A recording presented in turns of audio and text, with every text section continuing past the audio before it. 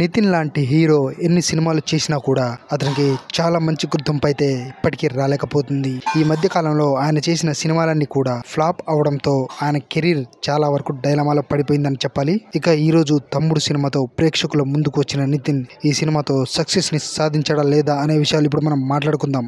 ఇక cinema story line వచ్చేసి అక్కకు ఇచ్చిన మాట కోసం ఒక ట్రైబల్ ఏరియాలో ఉన్న కొంతమందిని సేవ్ చేయడానికి నితిన్ ఆ ఏరియాకు వెళ్ళి అక్కడ ఎదురయ్యే ఇబ్బందులను ఎదుర్కొని ఆ ప్రాంత ప్రజలను కాపాడటమే లక్ష్యంగా పెట్టుకొని ముందుకు సాగుతాడు. మరి ఈ క్రమంలో ఆయన వాళ్ళ అక్క మాటను నిలబెట్టాడా? ఆ ట్రైబల్ ఏరియాలో వాళ్ళు పడుతున్న ఇబ్బందులు ఏంటి, వాళ్లకు ఆయనకు మధ్య సంబంధం ఏంటి అనే విషయాలు తెలియాలంటే మీరు ఈ సినిమా ఖచ్చితంగా చూడాల్సిందే. అయితే డైరెక్టర్ తాను ఏదైతే తీయాలి అనుకున్నాడో ఆ ప్రపంచాన్ని కరెక్ట్ గా తీయడంలో చాలా వరకు తడబడినట్లుగా మనకు సినిమా చూస్తున్నంత సేపు కలుగుతుంది.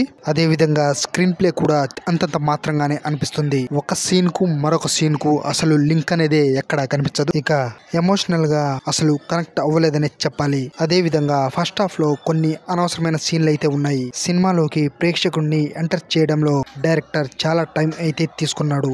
మూవీ సెటప్ కోసం ప్రయత్నం చేసినప్పటికీ ఆ సెటప్ కూడా అంత పెద్దగా వర్కౌట్ అయితే కాలేదు. కొన్ని యాక్షన్ సీన్స్, సెకండ్ హాఫ్ లో వచ్చే కొన్ని ఎమోషనల్ సీన్స్ ప్రేక్షకుడిని కొంతవరకు కనెక్ట్ అయినప్పటికీ దిల్ రాజు బ్యానర్ నుంచి సినిమా వస్తుందంటే దానికి ఒక స్టాండర్డ్ వాల్యూస్ అయితే ఉంటాయి. మరి ఈ సినిమాలో అవేమీ కనిపించవు. ఈ సినిమాని ఏం నమ్మి దిల్ రాజు ప్రొడ్యూస్ చేశాడో అస్సలు అర్థం కాదు. ఇక కొన్ని ఎమోషనల్ సీన్స్ అయితే మ్యూజిక్ డైరెక్టర్ అంజనీష్ లోక్నాథ్ ఇచ్చిన బీజిఎం బాగా వర్కౌట్ అయింది. ప్రీ క్లైమాక్స్ లో వచ్చే సన్నివేశాలకు బ్యాక్గ్రౌండ్ స్కోర్ బాగా వర్కౌట్ అయింది. అదే విధంగా మూవీలో ఆర్టిస్టుల పర్ఫార్మెన్స్ విషయానికి వస్తే ఏ ఒక్కరికి పెద్దగా చెప్పుకోదగ్గ పర్ఫార్మెన్స్ ఇవ్వలేకపోయారు. పర్ఫార్మెన్స్ ఇచ్చేంత స్కోప్ కూడా స్టోరీలో లేకపోవడం కారణంగానే యాక్టర్స్ నుంచి ఆ పర్ఫార్మెన్స్ మనం చూడలేకపోయామనేసి తెలుస్తుంది.